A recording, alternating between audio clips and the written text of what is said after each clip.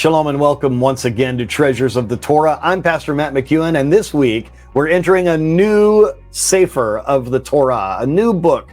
We're entering Devarim, or Deuteronomy. Now, in Deuteronomy 1:7, this comes from the wellspring of the Torah, a wonderful commentary that on my last trip to Israel with Rabbi Shapira, I picked up in a wonderful bookstore. It was like a treasure, this bookstore, in the middle of Mea Shearim. And it was a wonderful spot, and it was eye-opening. And we were actually there on election night and got into some heated discussions, let's just say.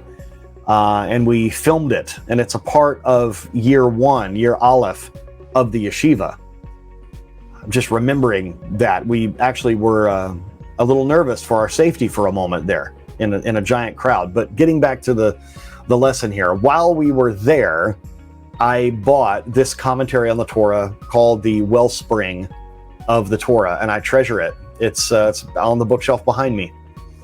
Here's what it says with regard to verse 17 of chapter 1. Do not give anyone special recognition when rendering judgment. Now, the Torah explicitly speaks against taking bribes.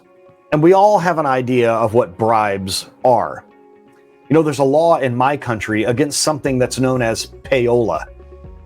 You see, back in the old days, it was difficult for a musician to get their music heard on the radio. And so a lot of times, special gifts or money or cars or things were used to bribe the disc jockeys so that they would play that particular musician's music. And it got to be so corrupt that the government stepped in and made it illegal.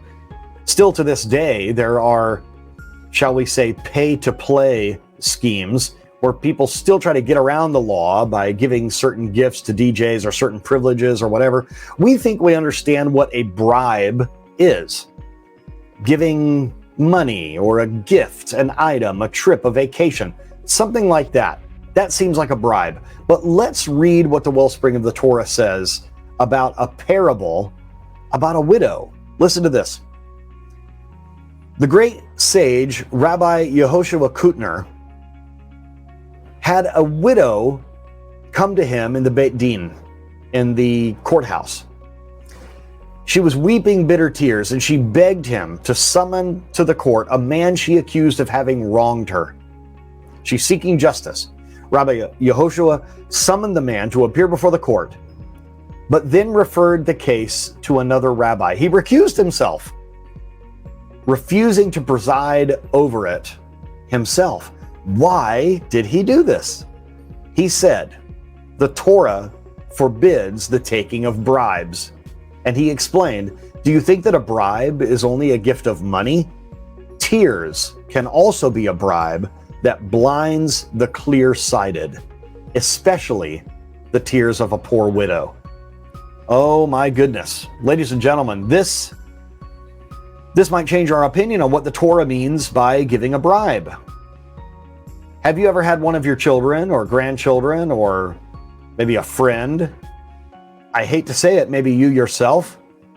Have you ever tried to get out of a punishment or to lessen someone's anger at you or to receive special treatment by becoming emotional?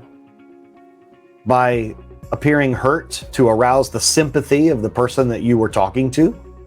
This also, according to Rabbi Yehoshua, can be seen as a bribe. This is maybe a way that we have never looked at this scripture before about taking bribes.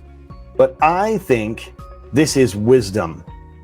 We can, with our emotions, attempt to manipulate people, and that is also like a bribe. As Rabbi Yehoshua says, if you are a person with any kind of heart, if you have any kind of feelings, tears can be a bribe that blinds the clear-sighted, especially the tears of a poor widow. Be careful not to take bribes, and be careful not to offer them. I pray that this message has been an encouragement to you and that your Shabbat is going to be filled with peace and with rest If you'd like to join me in the school where I study, you can go to shuvu.tv and fill out an application there and join us as we go through this adventure of learning Torah. Thank you once again for being with me. I'm Pastor Matt McEwen. Shabbat Shalom.